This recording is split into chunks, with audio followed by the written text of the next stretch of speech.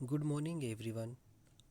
पिछली वीडियो में हमने चौथी जमात की दरसी किताब इब्तदाई उर्दू के सबक 9 जिसका उन्वान है शहीद भगत सिंह सबक को शुरू किया था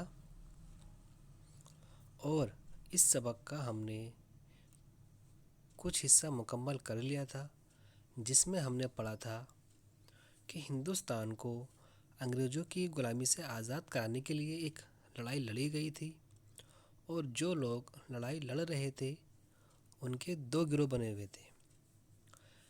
एक था गरम दल और दूसरा था नरम दल।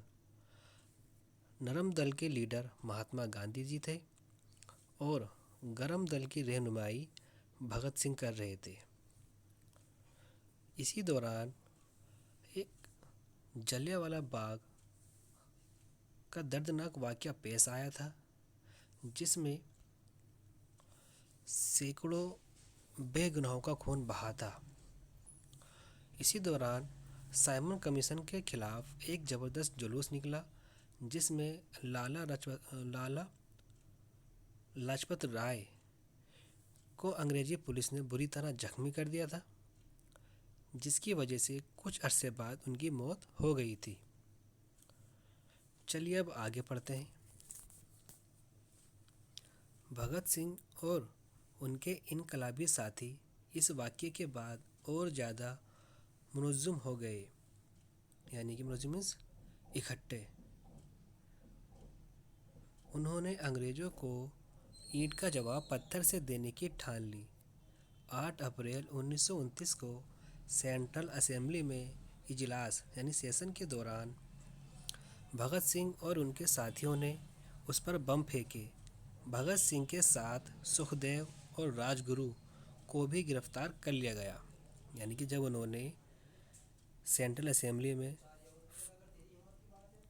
बम फेंके थे तो बम फेंकने के इल्ज़ाम में भगत सिंह, सुखदेव और राजगुरु को गिरफ्तार कर लिया गया था।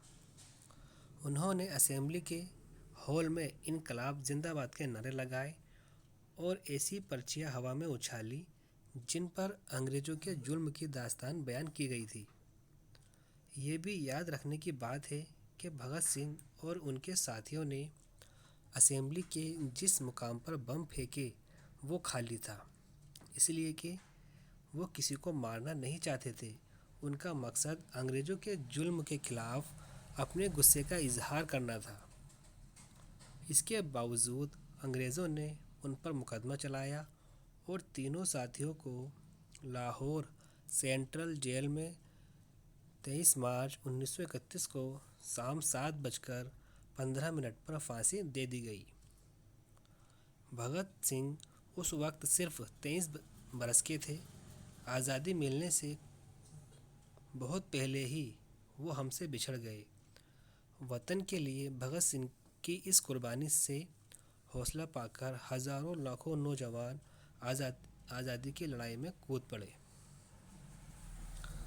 आज हम आज़ाद मुल्क के शहरी हैं। जंग आज़ादी के हज़ारों मतवालों ने हमारे लिए अपना सब कुछ निछावर करके आज़ादी का तोहफ़ा हमें दिया। जब वो शहीद हुए तो उनके माँ बाप और दादा जिंदा थे। भगत सिंह उम्र में सबसे छोटे थे, लेकिन उनका कारनामा सबसे बड़ा था। उन्होंने अपने वतन पर जान देकर अपने ख़ानदान ही का नहीं बल्कि पूरे मुल्क का नाम रोशन किया। इसको मरकर अमर होना कहते हैं। भगत सिंह और उनके दूसरे साथी हमारे दरमियान से उठ गए, लेकिन हर एक हिंदुस्तान के दिल में उनकी याद हमेशा ज़िंदा रहेगी।